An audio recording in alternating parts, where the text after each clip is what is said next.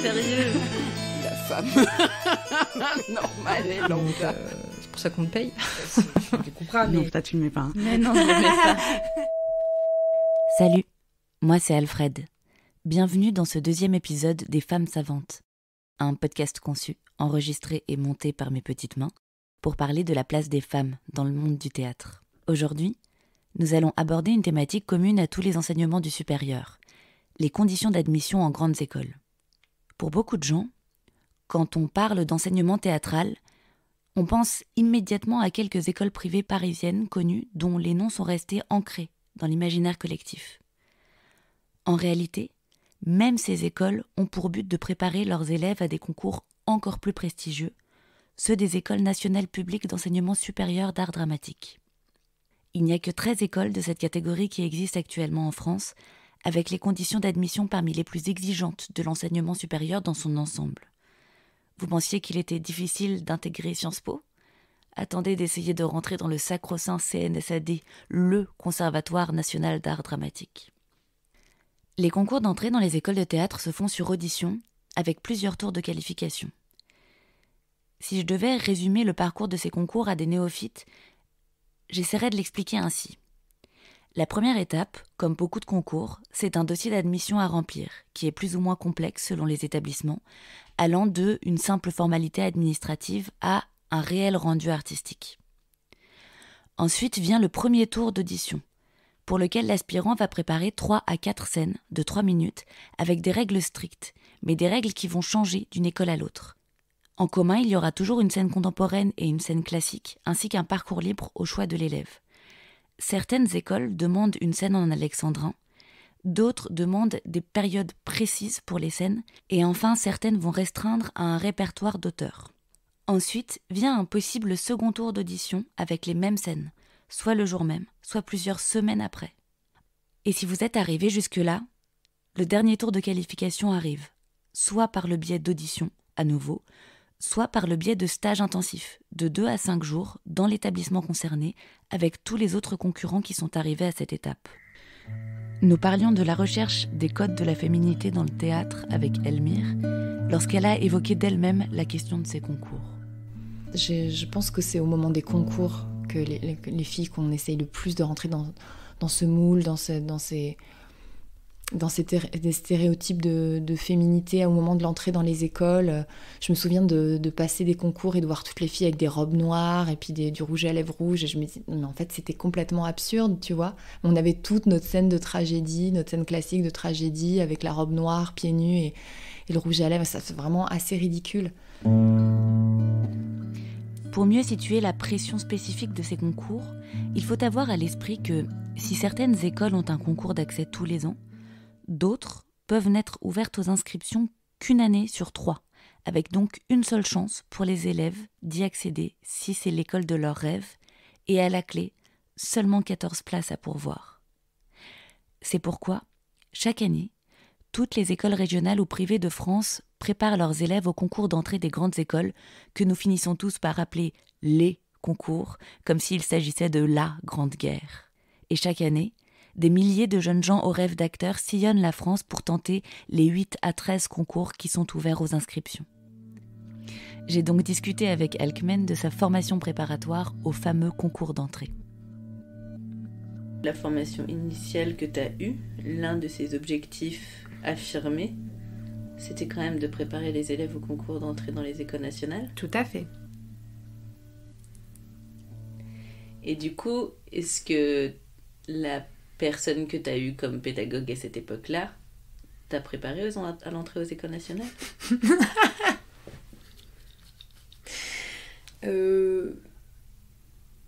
Officiellement oui, officieusement non, vraiment pas. C'est marrant, j'en reparlais hier soir. Je pense que comme je savais qu'on allait parler aujourd'hui, j'ai plein de trucs qui tournaient en tête. C'était vraiment complètement fou. Je pense que c'est quelqu'un qui n'avait absolument aucune confiance en moi, dans mon travail, dans ce que je pouvais faire et dans tout ça. Je décide quand même, malgré tout, de passer mes concours en deuxième année. En première année, j'avais tenté un concours. Je pense que j'avais même pas demandé à la prof de participer en tant que regard extérieur, de me faire travailler, parce que j'avais juste envie de me planter pour voir ce que c'était, pour voir ce que ça faisait. C'est mon choix, ça me va de dépenser 70 balles pour ça, écoute, voilà. Mais la deuxième année, je me dis, ok, cette fois-ci, je fais la tournée des concours. Mais d'ailleurs, ça, je pense que ça a participé au fait que j'étais trop jeune, c'est que quand je suis arrivée au conservatoire, je savais pas qu'il y avait des écoles nationales. Et du coup, les gens de ma promo qui avaient plus dans les 20 ans, je pense que ça leur a fait un décalage de... En fait, moi, ça fait des années que j'essaie de rentrer, elle débarque dans ma promo et elle sait même pas que ça existe. Quoi ? Je pense que ça a un peu créé un décalage. Bref. Je décide de passer Strasbourg, Cannes et je sais plus quel autre concours. Et c'est tout, je crois. Et je prépare mes scènes pour Strasbourg. Donc après les cours normaux qu'on a, la prof nous gardait 1 ou 2 heures de plus pour juste ceux qui passaient des scènes de concours et tout ça. Et elle m'a fait travailler. Donc c'était chouette. Voilà. Je me souviens pas beaucoup, c'était très flou, mais je me souviens qu'on avait quand même un peu travaillé. Pas incroyable, mais voilà. On va passer notre concours à Strasbourg, donc toute la promo. Et je passe mes scènes, évidemment j'ai pas mon second tour du TNS. Et quand on rentre, on fait un débrief avec toute la promo et la prof de comment ça s'est passé Strasbourg. Je sais pas quoi répondre, je dis oui, ça s'est bien passé, mais bon voilà, ça s'est raté. Et là, elle me dit, non mais de toute façon, je savais que tu l'aurais pas, tes scènes, elles étaient vraiment trop classiques. Quoi ? Et là, tu dis, mais attends, c'est toi qui es censé me préparer au concours, et en fait, tu m'as envoyé au casse-pipe. Parce que tu n'avais pas du tout confiance dans ce que j'allais présenter, tu savais que j'allais rater, d'après toi. C'est quoi ce délire, en fait ? Quelques semaines après, il y a le concours de l'ERAC qui arrive, donc je me dis, oh, mes scènes sont trop classiques, mon Dieu, il faut que je fasse quelque chose. Il y avait une nana dans ma promo qui avait sorti une scène de son contexte et l'avait mis dans autre chose, je me suis dit, bon bah, je vais faire pareil, je vais en faire un match de boxe. Donc je prends une scène, la même scène que j'avais, et je change complètement la mise en scène, et du coup ça se passe avec des gants de boxe, et on se frappe et machin, donc vraiment un travail plus physique qui me plaît finalement pas mal, mais qui est pas du tout ce que j'avais proposé au début, qui est moins classique, on va dire. Je passe le concours de l'ERAC, raté. Je présente cette scène, même pas de second tour, rien du tout, tu rentres chez toi. Bon. Quelques semaines après, on joue dans un théâtre, et dans le public, je vois une nana, je me dis, mais je la connais, j'ai vu sa tête quelque part il y a pas longtemps, je sais pas où. Et quand je sors, elle me dit, hé, mais salut, nanana, j'étais jury au concours de l'ERAC, putain, c'est dommage que t'aies présenté la scène que t'as présentée, parce que là, je t'ai vu et c'est trop bien ce que tu fais, mais sur ce que t'as présenté au concours de l'ERAC, on voyait trop ta mise en scène et on ne voyait pas toi assez en tant qu'actrice, c'est vraiment dommage. Et je me suis dit, waouh, ok, j'aurais dû m'écouter en fait. J'aurais dû m'écouter, et je comprends pas qu'on ait pu m'envoyer au casse-pipe sur des concours, et bref. Et du coup, il m'a fallu 2 ans après pour comprendre aussi que chaque école était différente et avait pas du tout les mêmes... recherchait pas du tout les mêmes choses, et peut-être qu'à Strasbourg, cette scène-là, avec plus de mise en scène, plaisait plus, j'en sais rien. Mais quoi qu'il arrive, j'ai trouvé ça d'une violence terrible de me dire, mais de toute façon, t'allais rater. Et après que t'aies réussi à intégrer ton école suivante, tu l'as revue, cette prof ? Je l'ai revue une fois. Ouais, je suis retournée dans l'école, et quand j'ai expliqué avec qui je travaillais, ce que je faisais et tout ça, elle me disait juste « Ah d'accord. Ah ouais. Ah !» Et je sentais cette espèce de mépris et étonnement que je sois capable de faire des choses, quoi. Et c'était dégoûtant, et en même temps... Bon. Ben, j'étais un petit peu cloué le bec, et j'ai bien fait de pas lâcher, quoi. Elle a bien fait de ne pas lâcher, d'autant plus que, n'étant pas entrée dans l'une des écoles citées en introduction, Alkmen a démontré qu'on peut faire du théâtre son métier sans passer par ses formations. Et bien souvent, comme le concours est une épopée en soi, on est très bien préparé au concours, mais très mal préparé à ce qui nous attend après. C'est ce qu'en retient Toinette, malgré tout le plaisir qu'elle a eu à faire une école supérieure. Je suis pas dans un discours où l'école c'est merveilleux, c'est tout beau, c'est tout rose. D'ailleurs, je trouve qu'on prépare pas en fait suffisamment les gens qui vont rentrer en école et leur dire vraiment ce que ça va être. Parce que je pense qu'en fait c'est pas fait pour tout le monde. Et les écoles nationales. Et ça dépend avec qui tu tombes, hein, sur qui tu tombes, c'est ça aussi qui est terrible. Mais moi, ma direction, c'était en plus, ils étaient réputés pour être des surviolents. Voilà, donc, puis là, ils ont des nouveaux élèves et je sais que ça a déjà commencé à partir en Trashland, quoi. Et c'est vrai que c'est problématique, quoi. Enfin, ça a créé... Ouais, mais c'est la souffrance, en même temps, c'est pas que ça. Tu vois, c'est ça. Moi, j'ai pas envie de résumer mon parcours en école à la souffrance. Parce que ça n'a pas été que ça. Mais après tout, toutes les études supérieures amènent des jeunes gens à passer des concours pour des écoles réputées et extrêmement difficiles d'accès.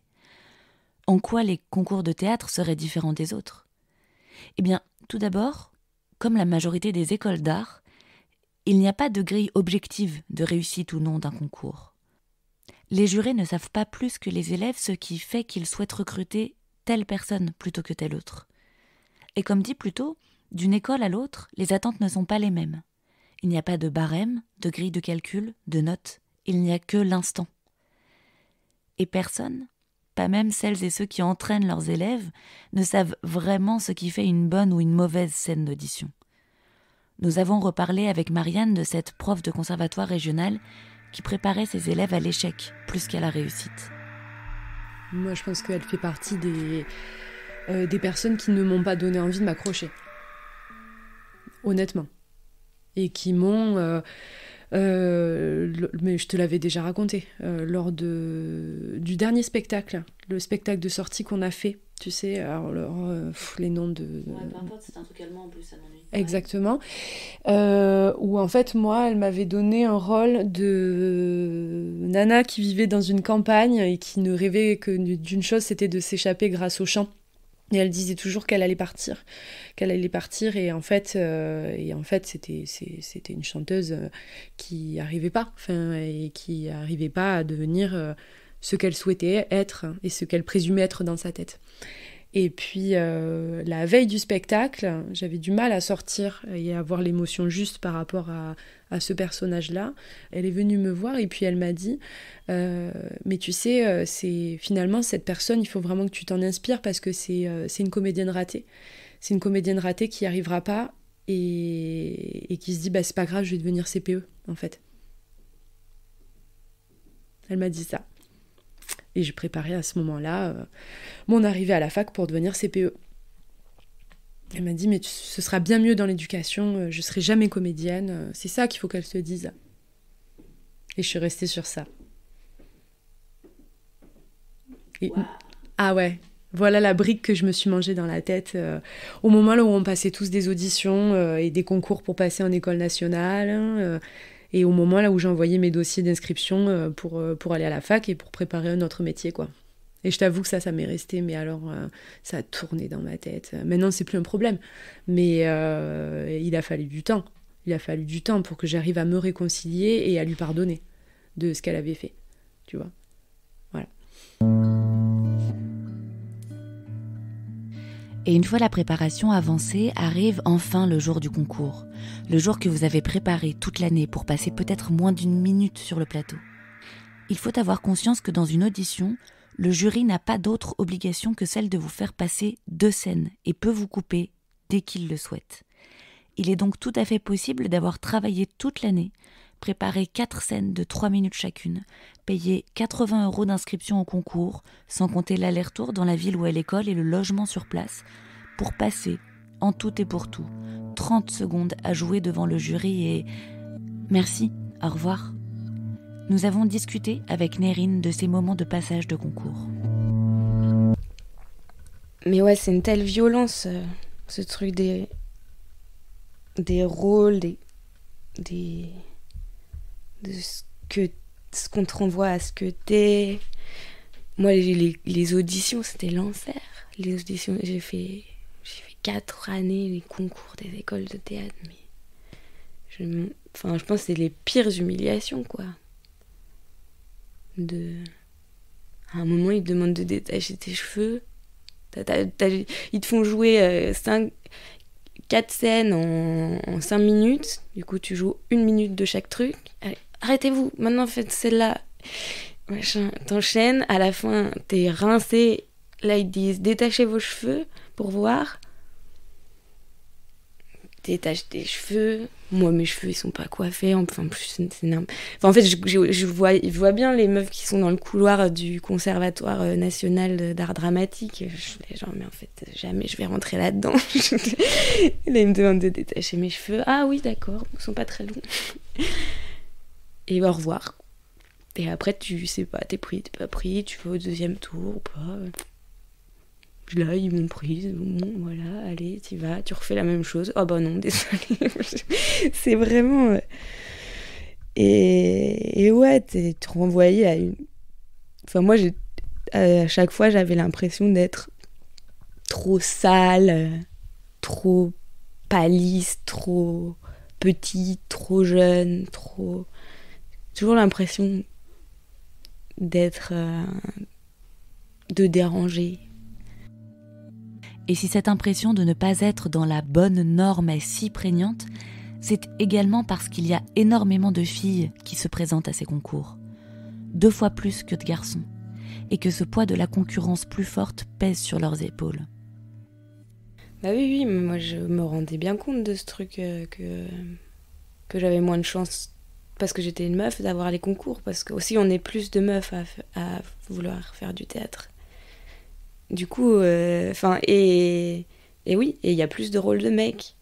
Et en fait, c'est pas qu'il n'y a pas de rôle bien pour les meufs, c'est qu'en fait, il y a aussi tout un truc où, ça je le découvre un peu au fur et à mesure, mais il y a tout un tas de textes qui ont été complètement effacés et oubliés. Et il y a une meuf trop bien, là, Aurore Evin, je sais pas si tu vois.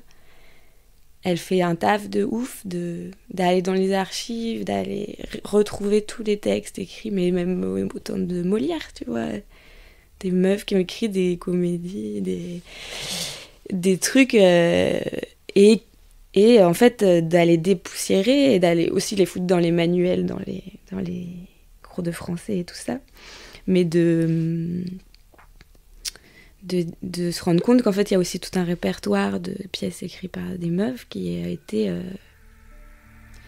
effacé. Puisque Nerine m'en a parlé spontanément, je suis allée voir ce qu'elle faisait et je vous conseille grandement le travail de Aurore Evin, chercheuse, autrice et metteuse en scène qui met la femme au centre de ses travaux et dont le site est en description. Mais revenons à nos concours d'entrée et à leur préparation. Le schéma de professeurs qui estiment que leurs élèves sont indignes de passer les concours nationaux est récurrent et donne parfois lieu à des situations qui ne devraient pas exister.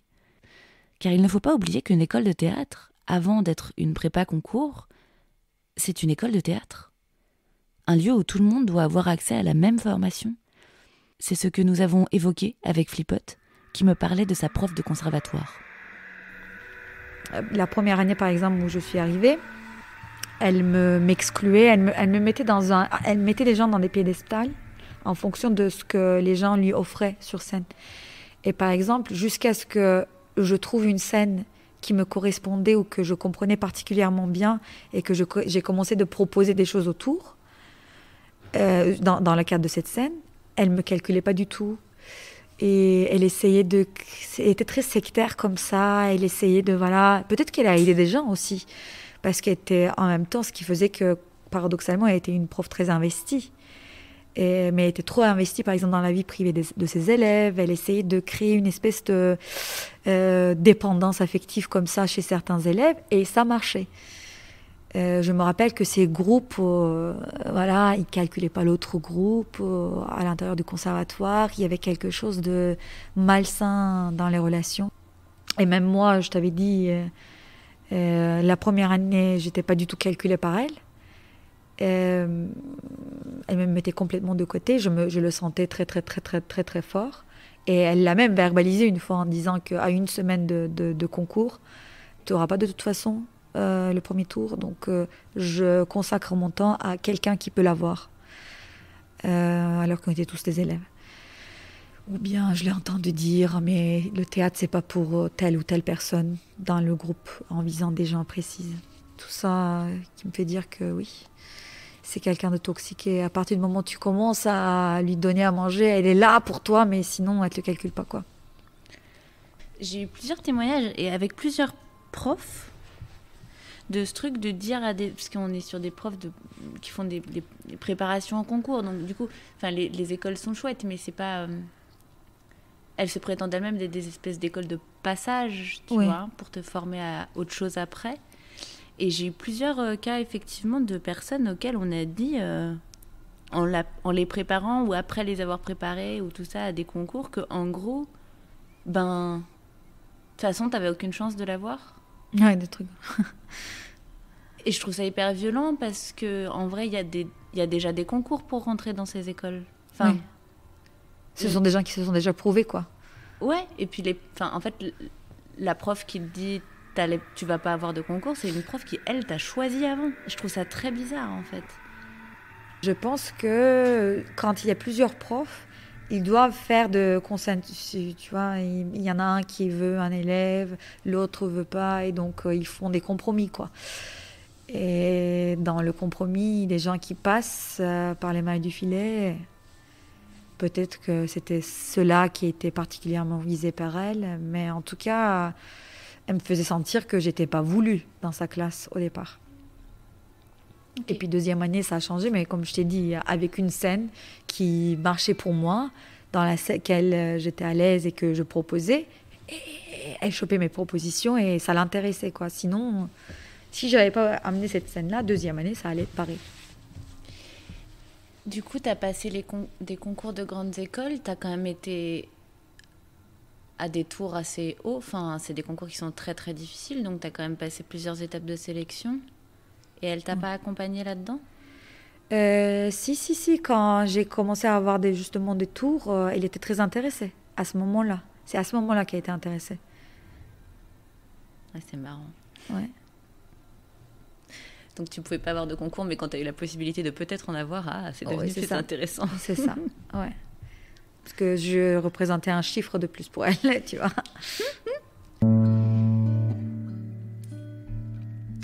En effet, faire intégrer ces élèves dans les écoles nationales est extrêmement valorisé, d'autant plus que ces concours sont d'une incroyable difficulté. Je vais reprendre le parallèle avec Sciences Po, qui n'était pas juste un exemple pour faire une punchline en introduction. Les instituts d'études politiques français admettaient en 2020 4800 nouveaux étudiants répartis sur l'ensemble des campus. Pour ce qui est des écoles nationales supérieures de théâtre, il y a moins de 250 places disponibles sur une année, et ce uniquement dans l'hypothèse où toutes les écoles sont ouvertes en même temps aux inscriptions cette année-là, ce qui est extrêmement rare. On pourrait m'opposer deux choses. La première, c'est que les IET recrutent sur plusieurs années et pas uniquement en première année. Et l'autre, simplement qu'il y a bien plus de candidats qui souhaitent intégrer un institut d'école politique que de candidats souhaitant intégrer une école de théâtre. C'est vrai. Mais en ce cas, prenons les chiffres par un autre angle et comparons simplement le taux de réussite à Sciences Po Paris avec celui du CNSAD. Le taux de réussite chaque année du concours de Sciences Po Paris, le Graal des IET, est de 20%. Celui du Conservatoire national d'art dramatique de Paris, le Graal des écoles de théâtre, est de moins de 3%. Dans ce contexte, toute technique est bonne à appliquer pour faire réussir ses élèves, comme me le raconte Hyacinthe.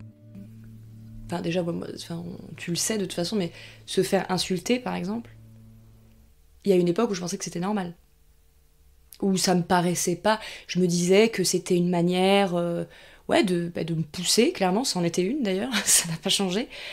Mais j'avais l'impression que c'était une manière de me pousser au meilleur de moi-même, ce qui c'est complètement antithétique. Enfin, je veux dire, mais malgré tout, maintenant, je me rends compte que non, on peut pas insulter quelqu'un de base. Je veux dire, donc insulter quelqu'un pour le faire avancer, c'est contre-productif.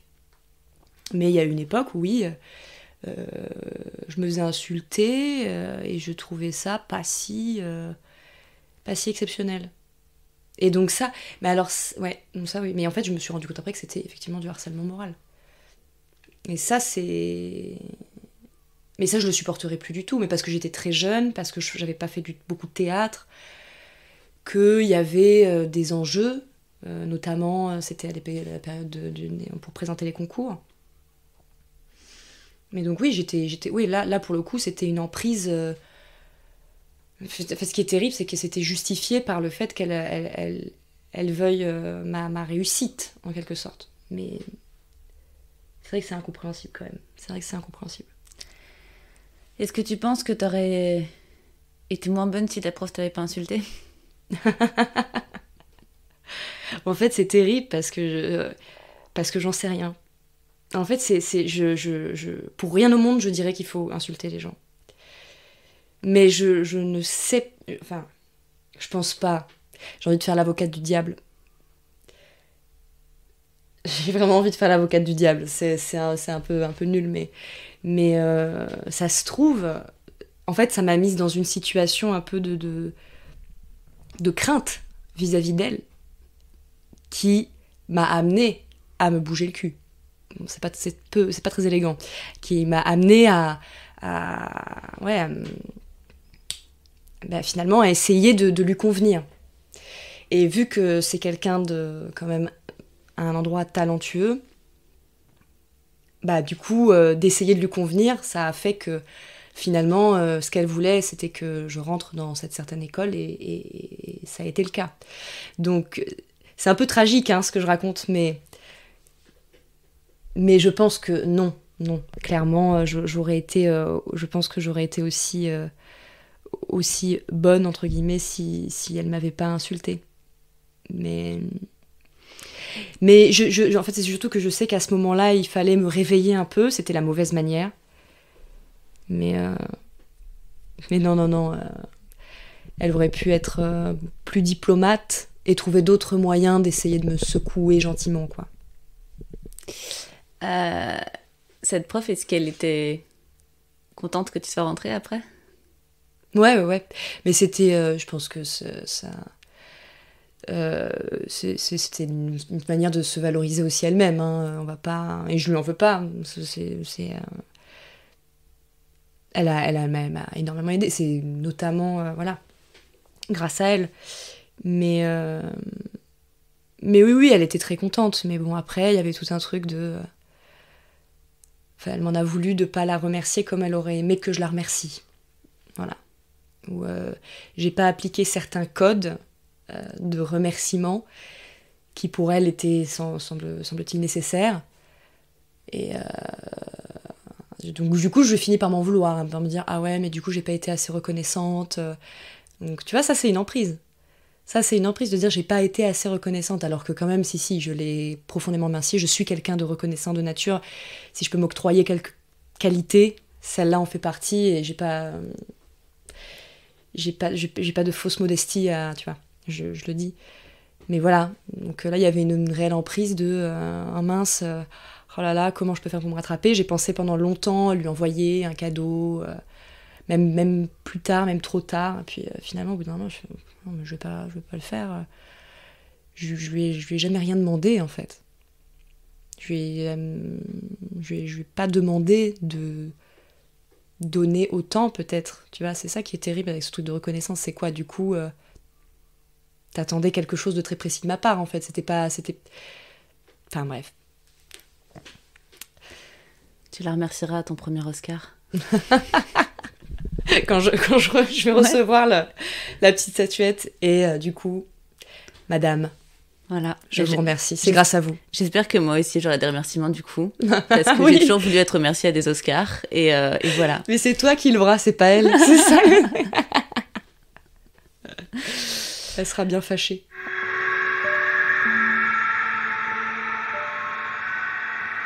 Et un dernier aspect est déterminant, celui de l'âge. Passé 25 ans, les concours d'entrée à ces écoles ne sont plus ouverts. Et cette pression de l'âge est encore plus forte sur les apprenties comédiennes, comme en témoigne Flore. C'est presque inscrit comme ça, tu vois. C'est, oui... Et moi, je sais pas toi, mais très tôt, j'ai compris que... d'ailleurs, les concours, ils arrêtent à 25 ans en France. Très tôt, t'as l'impression qu'il y a un entonnoir comme ça, et que tes possibilités, elles vont se resserrer. Et qu'à 26 ans, tu seras une vieille. C'est hyper trash, quoi. Ouais, carrément. Ah, des fois, moi, j'ai envie de prendre dans les bras la jeune que j'ai. Tu vois, c'est con, hein. Mais il y a des fois, je lui dis merci aussi parce que j'avais quand même, malgré tout, un tempérament assez ancré et peut-être de l'intuition, et j'ai évité des situations professionnelles compliquées. Donc j'ai galéré, j'ai pas fait du théâtre tout le temps, enfin bref, mais je me suis quand même évité des situations limites. Donc j'ai l'impression que j'ai gardé un peu d'intégrité quand même malgré tout. Mais ouais, des fois j'ai envie de lui dire merci, courage, t'inquiète, je ferai bien un retour en arrière, quoi, tu vois.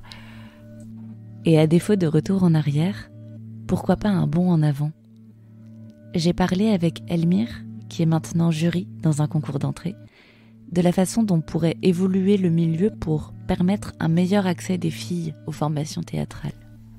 Je crois qu'il y a une responsabilité particulière dans les écoles, justement, au moment des formations, mais aussi au moment du recrutement. Et là, j'ai fait l'expérience il n'y a pas longtemps d'être jury dans un de ces concours. Je crois que c'est là qu'il y a beaucoup de choses à changer. D'abord, j'ai regardé du coup, parce que je savais qu'on allait en parler, mais sur les 13 écoles nationales, il n'y a que 4 femmes qui sont à la direction de ces écoles. Ça, je trouve que c'est pas... S'il y a une politique de quotas, c'est aussi à cet endroit-là, quoi. C'est pas juste à la direction des lieux professionnels, c'est aussi au moment des endroits dans les écoles, quoi. Il faut qu'il y ait plus d'intervenantes, ça c'est sûr. Il faut arrêter que dans certaines écoles, il y a encore des jurys pour les filles et des jurys pour les garçons. Ça, c'est pas possible. Et en fait, pour rebondir un peu à ce grand débat sur la politique des quotas et sur le fait que, voilà, du coup, on mettrait à la tête de lieu des femmes qui sont peut-être moins compétentes et tout ça, parce que c'est des femmes... En fait, cette politique des quotas, moi je l'ai vérifiée vraiment cette année-là en étant jury, elle profite aux garçons, mais dès le départ. Parce qu'en fait, on est 2 fois plus de filles à s'inscrire à ces concours. Et on prend toujours autant de garçons que de filles, alors qu'en fait, il y a beaucoup plus de filles qui mériteraient de rentrer dans ces concours, dans ces écoles. Et c'est normal puisqu'il y en a plus qui se présentent. Donc statistiquement, il y a plus de filles très fortes. Et on fait des promos paritaires en disant « Ah bah oui, mais après ça pose des problèmes en termes de distribution, de répertoire. » Donc en fait, c'est un système qui s'auto-alimente et qui se perpétue, parce qu'en fait, on continue à recruter comme ça dans les écoles. Et donc comme on dit, ben voilà, il faut autant de filles que de garçons, parce qu'après dans le répertoire, si on prend... Oui, c'est vrai, par exemple là, oui c'est vrai, sur une promo de 14, là il y aurait plutôt 8 filles et 6 garçons. Mais on va prendre 7 filles et 7 garçons parce que après ça va poser des problèmes en termes de distrib. Qu'est-ce que ça fait en fait ça ? Ça fait que il y a moins de rôles de filles que de rôles de garçons dans le répertoire. Donc après pendant l'école, ça fait que ça crée de la concurrence entre ces 7 filles qui existe beaucoup moins chez les garçons puisqu'il y a plus de rôles de garçons. Et ça fait aussi que ça alimente cette idée du répertoire parce que ça fait que des filles présentent des scènes de concours d'entrée avec des choses un peu stéréotypées, qui avancent pas trop. Alors que, à mon avis, il faudrait vraiment, dans les écoles, dégenrer les répertoires, mais dès les concours d'entrée. Et en fait, il y a plein de filles qui se permettent déjà de le faire, mais il y en a aussi plein d'autres, je pense, qui ne sont même pas au courant qu'elles auraient le droit de passer une scène d'Hamlet ou de ce qu'elles veulent, ce qu'elles rêvent de jouer. En fait, je pense que c'est en dégenrant les distributions et voilà les rôles de répertoire dans les écoles qu'on va un peu faire bouger ça, quoi. Et je pense aussi qu'il y a une responsabilité pour les metteurs en scène, mais aussi pour les auteurs. Il faut écrire, et les autrices, il faut écrire des rôles de nanas entre 45 et 65 ans. C'est pas possible qu'il n'y ait pas de rôle de femmes dans les pièces de théâtre pour les femmes entre 45 ans et 65 ans.